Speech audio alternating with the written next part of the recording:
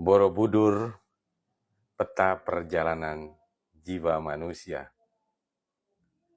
Saat ini saya coba melihat Borobudur dari sudut pandang spiritual, energi, dan frekuensi. Bayangkan sebuah tempat yang dibangun bukan untuk disembah, tapi untuk mengingatkan siapa diri kita sesungguhnya.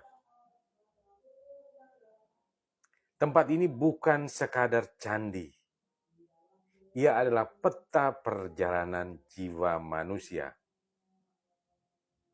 Itulah Candi Borobudur. Saat ini saya tidak membawa Anda jalan-jalan. Saya mengajak Anda pulang ke dalam diri Anda sendiri. Segmen pertama, kita akan membahas tentang struktur candi, atau saya kaitkan dengan kehidupan. Borobudur punya 3 tingkat ya. Bukan kebetulan. Ini peta spiritual, teman-teman. Tingkat 1 namanya Kamadhatu atau dunia nafsu. Makna jiwanya hidup penuh keinginan, stres, ego. Kondisi psikologisnya, kalau secara ilmiahnya, frekuensi otak kita itu di frekuensi beta, teman-teman. Nah, luar biasa kan? Tingkat 2 itu rupa datu atau dunia bentuk. Nah, makna jiwanya apa kira-kira? Makna jiwanya mulai mencari makna hidup. Kondisi psikologisnya, frekuensi otak di alfa. Nah, tingkat ketiga itu arupa datu. Atau boleh dikatakan dengan nama lain, tanpa bentuk. Makna jiwanya kira-kira apa? Makna jiwanya, jiwa menuju kesadaran tertinggi, teman-teman. Kalau dikaitkan secara ilmiah, kondisi psikologis atau frekuensi otak manusia itu di tingkat theta sampai delta, yaitu kondisi waktu meditasi dalam, teman-teman. Itu fakta ilmiah, teman-teman. Ya. Penelitian neuroscience menunjukkan ketika manusia memasuki kondisi damai dan ikhlas, gelombang otak itu menjadi tenang. Nah, leluhur kita sudah memetakan itu 1200 tahun yang lalu. Coba Anda bayangkan. Sebelum kata neuroscience ditemukan. Bayangkan, luar biasa ya. Nah, kira-kira posisi hidupmu sekarang ada di mana? Dunia nafsu kah? Sedang mencari makna kah? Atau sudah mulai melepaskan beban? Anda bisa jawab sendiri tentunya. Itu kira-kira segmen pertama yang coba kami bahas tentang Candi Borobudur. Nah, di segmen kedua kita coba menjawab, ya, kenapa Borobudur dibangun tanpa semen, teman-teman? Yang membuat dunia takjub. Borobudur disusun dari 2 juta batu andesit, ya, tanpa semen, tanpa berkat, menakjubkan. Tapi batu ini hidup, teman-teman. Batu andesit menyimpan getaran suara dan energi. Ketika matahari pagi menyentuh batu Borobudur, terjadi resonansi energi alamiah, teman-teman. NASA mencatat ini sebagai mandala energi terbesar. Luar biasa ya, teman-teman. Mandala energi terbesar. Nah, kira-kira bagaimana penjelasan spiritual dan ilmiahnya ya, teman-teman? Ternyata batu andesit, ya, batu andesit, ya, itu mengandung mineral kuarsa, teman-teman. Nah, mineral kuarsa ini bisa menyimpan frekuensi. Ya. Luar biasa leluhur kita, ya. Dia memilih batu tidak sembarangan, teman-teman.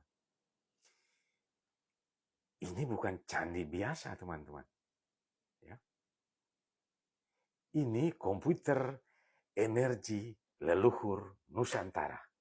Wah, padahal kita baru, ya, sekarang ini baru kepada memasuki apa yang dinamakan, ya, dunia, semua kita sekarang memasuki dunia online, ya. Ya. Tapi nenek moyang kita, ya, sudah mengenal. Di Candi Borobudur tergambar ini komputer energi di leluhur Nusantara, ya. Jika batu bisa menyimpan energi, teman-teman, apakah mungkin sebuah tempat bisa menyimpan doa dan niat manusia? Coba kita renungkan, ya. Luar biasa, teman-teman. Nah, pada segmen 3, ya, tadi segmen 2, teman-teman. Di segmen 3, ya, itu Borobudur sebagai GPS, ya. Borobudur ternyata juga bisa sebagai GPS jiwa, teman-teman. Kok bisa? Ya. Jadi menurut penelitian juga ini, setiap anak tangga yang ada di Borobudur adalah simbol, ya, simbol proses hidup manusia. Ya.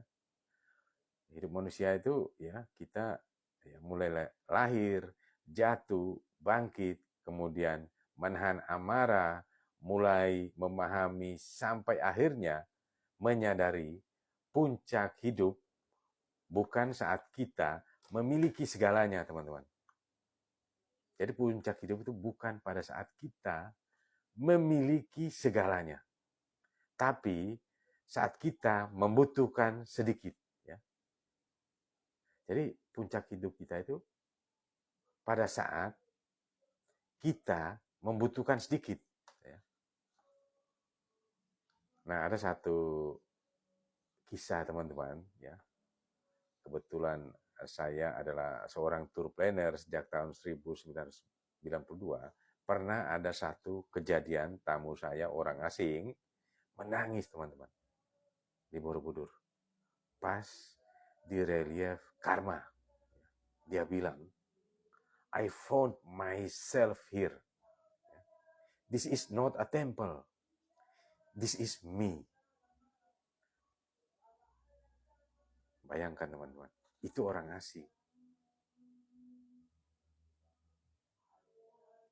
dia menyatakan kekaguman yang luar biasa. Ya. I found myself here. Saya menemukan diri saya di sini. Ya, ini bukan hanya sekadar candi, tapi ini adalah saya. Wah, ini refleksi yang luar biasa, teman-teman. Ya. Nah, kira-kira refleksi untuk kita, apakah momen dalam hidup kita, ya, apa ya, yang membuat kalian merasa saya bukan lagi orang yang sama seperti dulu, ya. Coba tulis di kolom komentar, teman-teman, ya. Tulis di kolom komentar, ya.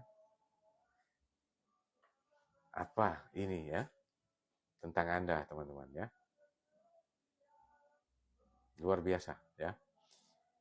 Kemudian, teman-teman, perjalanan jiwa, ya, manusia, ya, dimulai dari kesadaran, ya, tapi akan berakhir di titik di mana ego lenyap, ya, teman-teman. Itulah rahasia puncak Borobudur, teman-teman. Nah, teman-teman, episode berikutnya kita akan bahas mengapa puncak Borobudur kosong, ya. Mungkin Anda coba diingat-ingat yang pernah ke Borobudur, ya. Kenapa, ya, puncak Borobudur itu kosong? Apa makna dari kekosongan itu, teman-teman? Apakah itu Tuhan, alam, ataukah kita sendiri? Ya. Jika kamu merasa saat ini bukan sekadar tontonan, tapi pengalaman jiwa, ketik lanjut Pak Ferry. Di kolom komentar, ya. Ketik lanjut, ya. Supaya saya bisa melanjutkan, ya, yang menurut komentar Anda merasa tertarik dan mau bahas lebih lanjut lagi, ya. Tulis lanjutkan Pak Ferry di kolom komentar. Jadi saya akan lanjutkan di video berikutnya, ya, teman-teman. Saya Ferry Sani, ya, senior travel planner sejak tahun 1992. Jadi tugas saya bukan menjual tiket, ya, tapi membawa pintu untuk perjalanan jiwa Nusantara. Itu tujuan saya, teman-teman. Jika kamu ingin saya bahas topik tertentu, boleh kirim pesan, ya, di WhatsApp di bio saya. Terima kasih.